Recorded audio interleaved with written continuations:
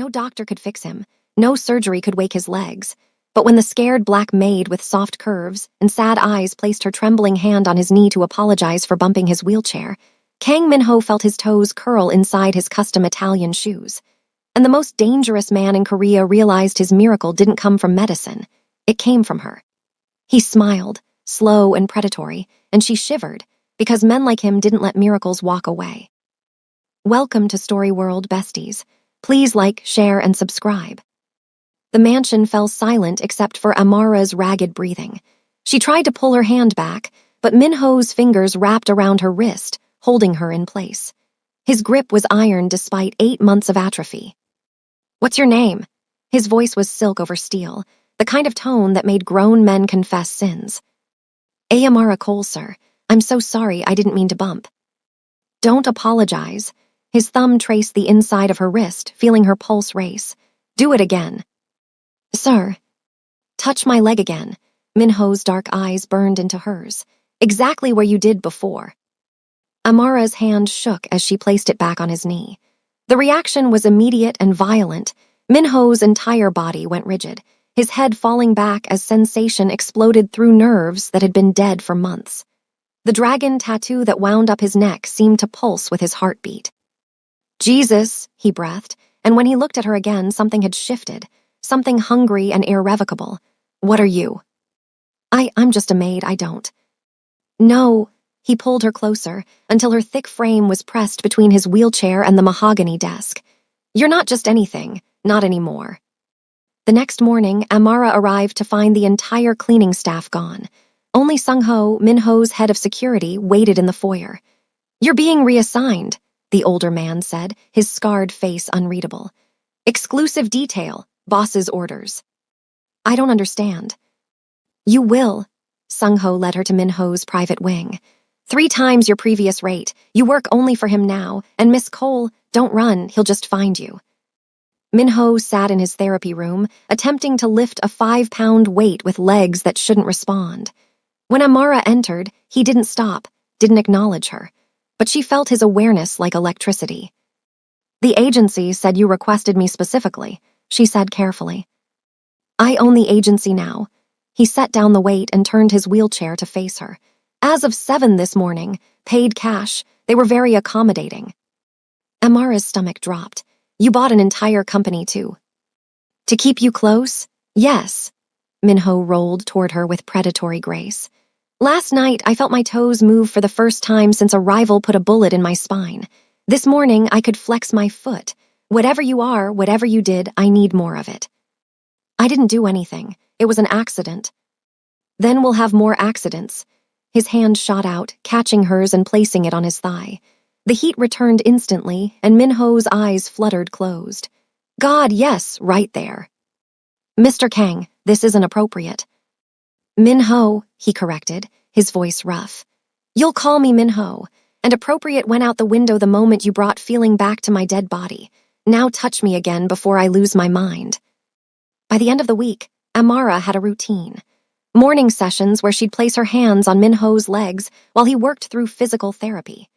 Afternoons organizing his home office while he conducted business calls in 3 languages, his eyes tracking her every movement.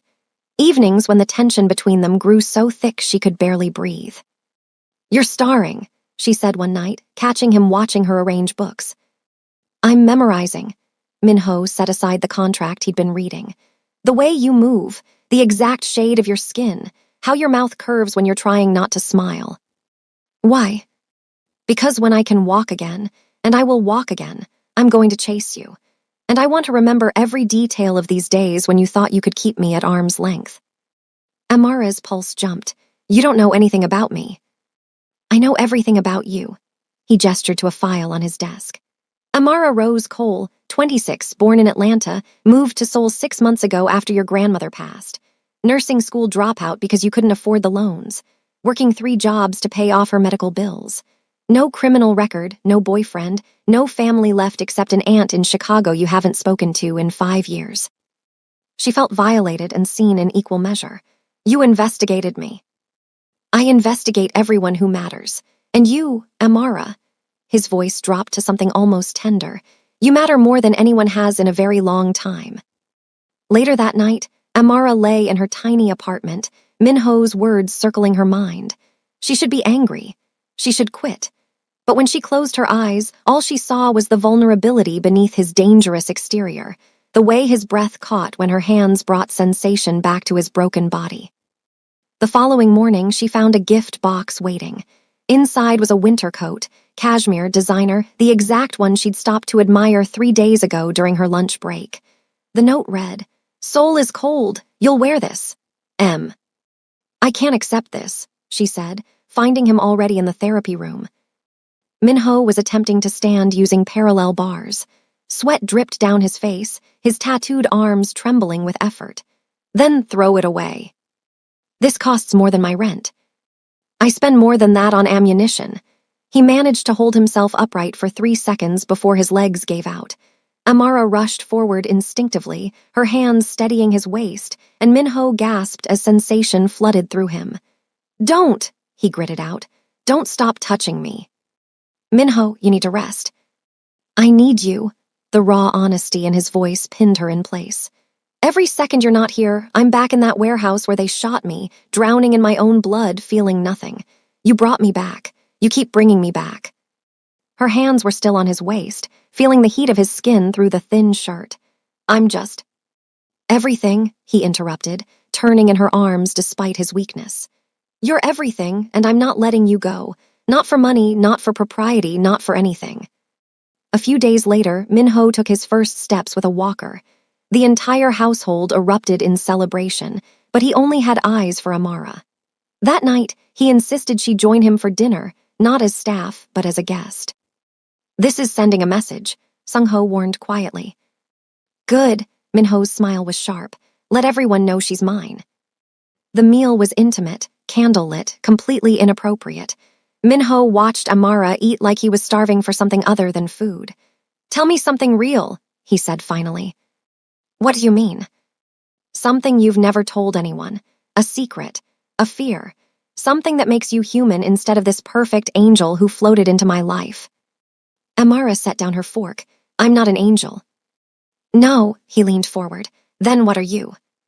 "Scared, broke, running from a life I failed at." The words tumbled out. "I dropped out of nursing school because I couldn't save her. My grandmother.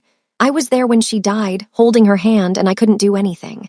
I felt so useless. So I ran, got on a plane, and ended up here, cleaning houses because it's the only thing I'm good at." Minho was quiet for a long moment. Then, "You saved me." "That's different." "Is it?" He reached across the table, taking her hand. "I was dead inside that chair, dead in every way that mattered. Then you touched me, and I felt alive again. If that's not saving someone, what is?" Amara felt tears prick her eyes. "Why are you being kind to me?" "Because kindness from someone like me is rare enough to be valuable. And because—" He hesitated, something vulnerable crossing his features. "You're the first person in 10 years to look at me like I'm a man instead of a monster." That night, as Sung-ho drove Amara home, he spoke quietly. "Boss hasn't smiled in 8 months. Not until you. Whatever you're doing, keep doing it." "I'm not doing anything." "You're giving him hope. In our world, that's more dangerous than any weapon." The following week, Minho could walk short distances without the walker. His recovery was miraculous, impossible, and his enemies were starting to notice. "Boss, we intercepted chatter," Sung-ho reported during a private meeting. "The park syndicate. They're asking questions about your maid." Minho's expression went arctic. "What kind of questions?" "The kind that gets people killed. They think she's your weakness." "She's not my weakness." Minho's voice was deadly calm.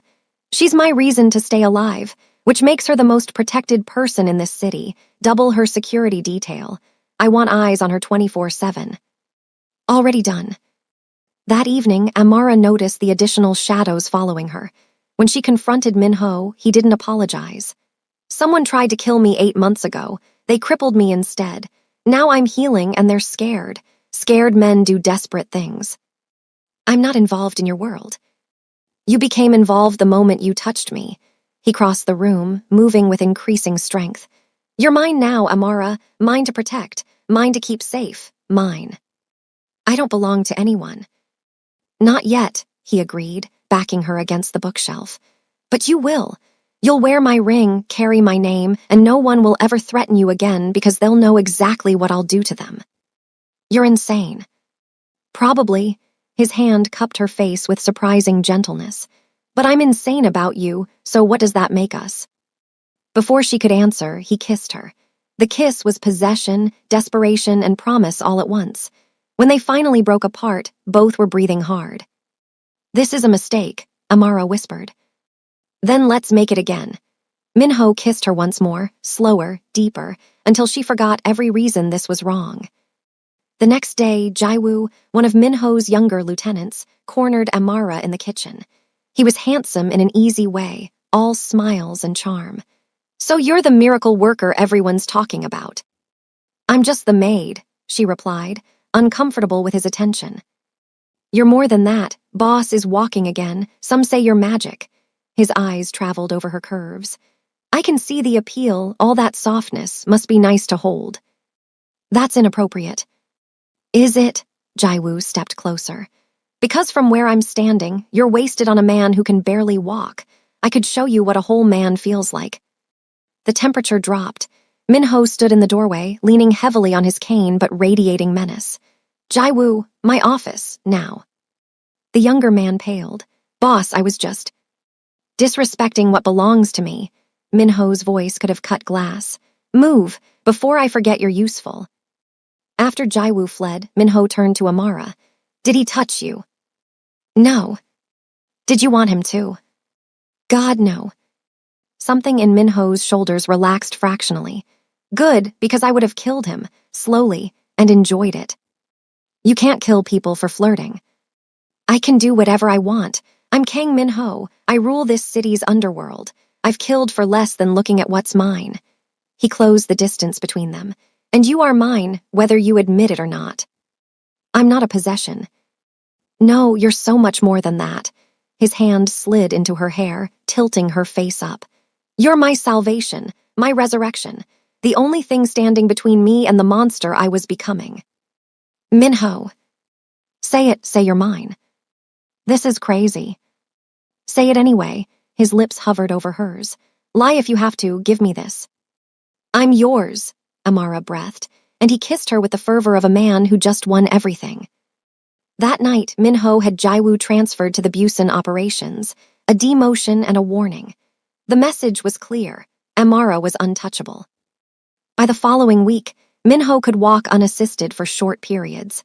He celebrated by taking Amara to dinner, not at the mansion, but at Seoul's most exclusive restaurant. She protested the designer dress that appeared in her room, but wore it anyway, and Minho's expression when he saw her made her feel beautiful in a way she'd never experienced. Everyone's starring, she whispered as they were seated in a private room overlooking the city. Let them, Minho's hand covered hers on the table. Let them all see that Korea's most dangerous man has found something worth protecting. You make me sound like a trophy. You're not a trophy, you're the reason I breathe. His thumb traced circles on her palm. I was dead before you, Amara, rich, powerful, feared, and completely hollow inside. Then you stumbled into my life with your soft hands and gentle heart, and suddenly I wanted to live again. I'm nobody special. You're everything. The intensity in his gaze stole her breath. And I will spend the rest of my life proving that to you. Later, as they stood on the restaurant's balcony overlooking Seoul's glittering skyline, Minho pulled her close. I'm going to marry you, he said matter-of-factly. Amara's heart stuttered. We barely know each other. I know you save my life every day just by existing. I know you make me want to be better. I know I'd burn this entire city down before I'd let anyone hurt you. His arms tightened around her waist. That's all I need to know. Minho, this is moving too fast. I've been dead for 8 months. I don't have time to move slow. He turned her in his arms. But I'll wait. I'll court you properly, give you time to see that I'm serious. Just don't ask me to let you go. That's the one thing I can't do. The next day, Amara woke to find her medical school debt paid off. The notification had come through at 3 a.m. She stormed into Minho's office, waving her phone. You can't just... I can and I did. He didn't look up from his paperwork. You wanted to be a nurse. Now nothing's stopping you. That's not the point. This is too much. It's not enough. It will never be enough. Minho finally met her eyes. I have more money than I could spend in 10 lifetimes. Let me use it to make you happy. Let me give you back your dreams. Amara felt tears threaten. Why? Because watching you happy feels better than anything I've ever achieved. Because you gave me my life back, and I want to give you yours. He stood, crossing to her with only a slight limp now. Because I'm falling in love with you, and I don't know how to do this small. You're falling in love with me. The words barely made it past her lips. Fell past tense. I fell the moment you touched me and brought me back from the dead. His hands framed her face. I'm completely gone for you, Amara. Obsessed. Addicted. Choose your word. They all mean the same thing. You own me. She kissed him then, rising on her toes to press her lips to his. Minho made a sound low in his throat and pulled her flesh against him, kissing her like she was oxygen and he was drowning. When they finally broke apart, both were shaking. Come upstairs with me, Minho rasped. Please, I just need you close. Amara nodded, beyond words, and let him lead her to his private quarters. The kiss in the elevator was desperate, hands tangling, breath coming fast. By the time they reached his room, they were both trembling with want. What happened next was tender and consuming, Minho worshipping every inch of her soft body like she was sacred, murmuring Korean words she didn't understand but felt in her soul. When sensation overwhelmed them both, Amara understood what it meant to be utterly claimed. Afterward, lying in his arms while soul glittered outside floor-to-ceiling windows, she felt complete for the first time in years. But when she woke before dawn, panic set in. This was real. This was dangerous. This was a mafia boss who would consume her entire world. Amara slipped from the bed, dressed quietly, and left before Minho could wake. She made it to her apartment and immediately started packing. It was stupid, impossible, but she had to run before she fell so deep she'd never escape. Her door crashed open. Minho stood there, partially dressed, leaning on his cane, eyes wild. Where are you going? I can't do this. Like hell. He crossed the small space in seconds, backing her against the wall. You don't get to run, not from this, not from me. You'll get bored. You'll realize I'm just what? Just the woman I love, just my miracle, just the only person who makes me want to be something other than a monster. His hands trapped her, his body pressed close. You're mine, Amara. I told you that. I meant it. This is insane. So be insane with me. Minho's forehead pressed against hers. I've spent 10 years building an empire of blood and fear. You're the first clean thing I've ever had. Don't take that away from me. Don't take yourself away from me. I'm scared, she admitted. Good, be scared, but be scared with me, not without me. He kissed her softly. I will protect you. I will cherish you. I will give you everything. Just stay. Amara felt her resistance crumble. Okay, she whispered. Okay, I'll stay. Minho's smile was brilliant and relieved. Thank God, because I was prepared to lock you in my house until you came to your senses. That's kidnapping. I'm a criminal, remember? I'd call it protective custody. His grin was wicked, but his eyes were serious. Come home with me. Let me show you how serious I am about this, about us. Amara moved into the mansion that afternoon. Minho had her apartment cleared, her belongings transported, and by sunset she stood in a bedroom 3 times the size of her entire previous living space. This is too much, she said for the 100th time. Get used to it. Minho leaned against the doorframe, watching her with possessive satisfaction. Everything I have is yours now. The house, the cars, the accounts, all of it. I don't want your money. I know, that's why I'm giving it to you. He crossed to her, pulling her into his arms. You're the first person who ever wanted me, not what I could provide, so I'm going to drown you in everything anyway. That evening, Sung-ho briefed Minho on security protocols. The park syndicate is getting aggressive. They know about Miss Cole now. They'll try to use her. Then we move first. Minho's voice was ice. I want every park operation in Seoul shut down within the week, quietly, efficiently, and I want Park Sang-woo to know exactly why it's happening. Boss, that's... War, yes, he should have thought about that before his men followed my woman. Minho's smile was vicious. Let him come, I'm walking again, I'm stronger, and I have everything to fight for now. The next morning, Amara woke to find Minho attempting push-ups beside the bed. His recovery was accelerating, muscles rebuilding with supernatural speed. "You're starring," he said without looking up. "You're showing off." "Maybe," he finished his set and stood, barely winded. "Or maybe I'm preparing." "For what?" "To be the man you deserve, strong enough to protect you, fast enough to keep you safe, deadly enough to destroy anyone who threatens you." He pulled her from the bed into his arms. "I'm going to be invincible for you." A few days later, Minho took Amara to his private shooting range. "I want you to learn," he said, setting a pistol on the counter. "I don't want to shoot anyone. I don't want you to have to, but if something happens, if I'm not there, I need to know you can protect yourself." His hands guided hers, positioning the weapon. "Please, for me, learn this." She did. Over the following weeks, Amara became proficient with handguns, learned basic self-defense, and understood the security protocols that governed her new life. Minho was always there, patient and encouraging, his pride obvious every time she hit the target. "You're a natural," he said after she landed 3 perfect shots. "I'm terrified." "Good, fear keeps you alert." He turned her to face him. "But you're never alone in this. I will always find you. I will always protect you. That's a promise."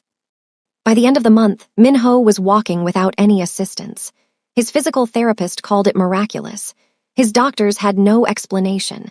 Minho knew the truth. Every time Amara touched him, he healed faster, grew stronger, became more himself.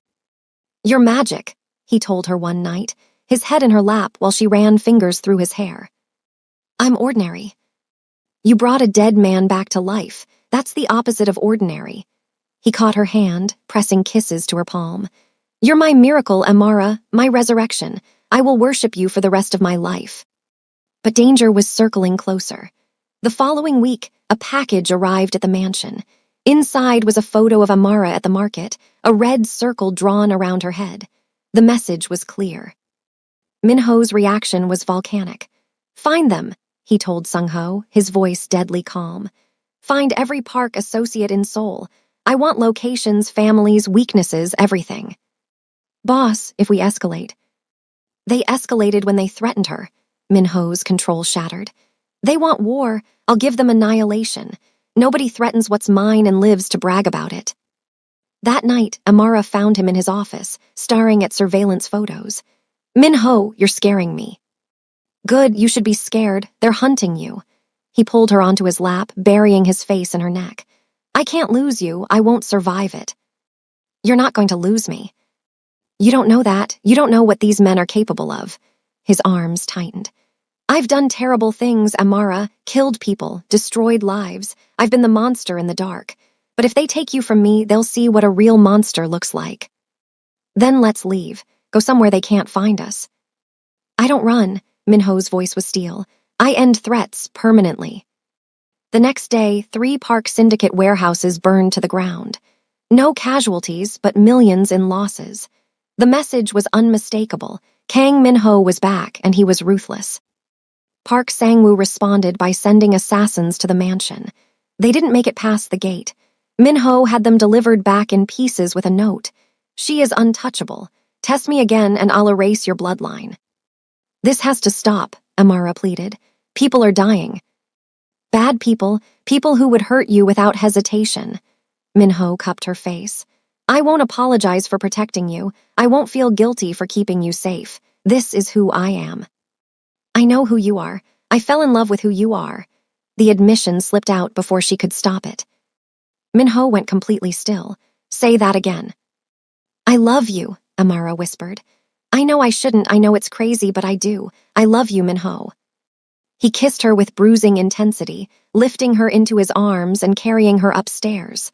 What followed was passionate and desperate, both of them clinging to each other like the world was ending. Afterward, Minho held her close and made a vow. "I will marry you. I will give you children.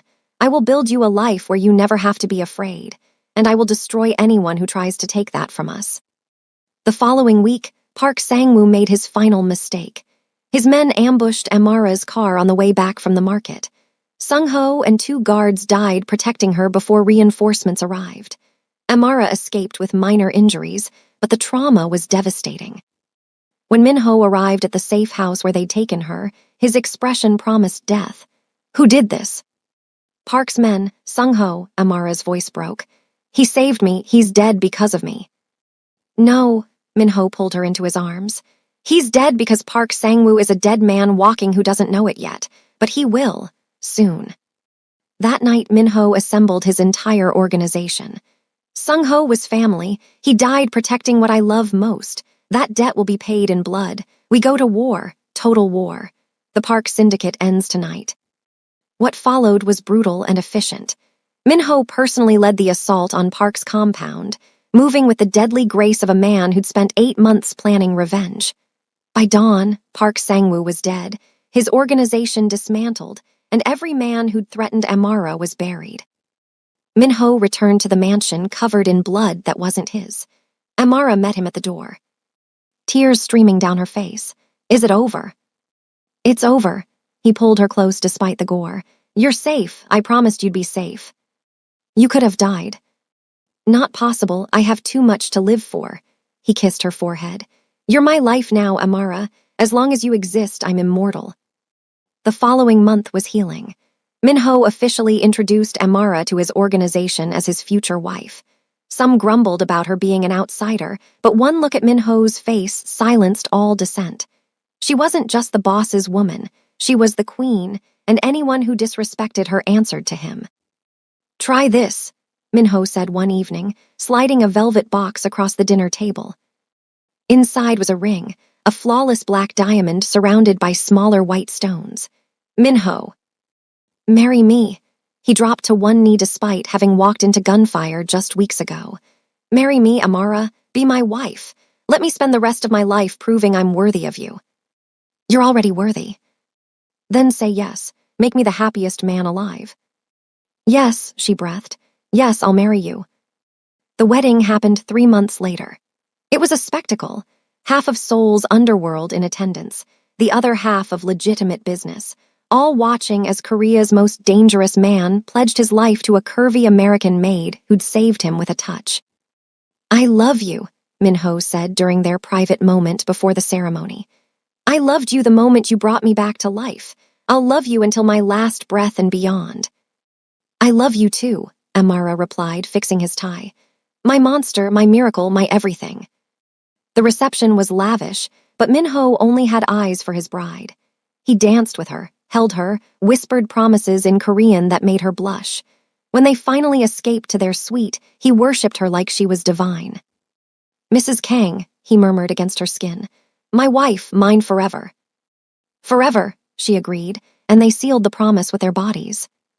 6 months later, Amara stood in their bedroom, staring at the positive pregnancy test. Min-ho found her there, frozen in shock. "What's wrong?" His concern was immediate. She held up the test silently. Min-ho's eyes went wide, then fierce with joy. "You're pregnant."